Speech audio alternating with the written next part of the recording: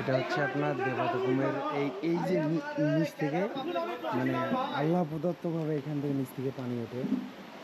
আর এইখান থেকে আর সামনে যাওয়া যাবে না, কারণ সামনে অনেক পাথর, যদি পানি বেশি হইতো তাহলে আমরা সামনে আগায় যেতে পারতাম, কিন্তু আর এখানে পারবো না সামনে আগায় যেতে।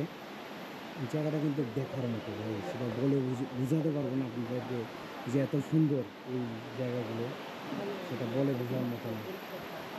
অনেক সুন্দর। আর এইটা, এই পানিগুলো যে আপনারা ঘোলা দেখতেছেন, এই ঘোলা পানি কিন্তু এটা নভেম্বর বা ডিসেম্বর মাসে এইদিকে আসলে এই পানিগুলো কিন্তু একবারে ক্লিন, একবারে সাদা পানি, কিন্তু এই সময় আর সাদা পানি থাকে না।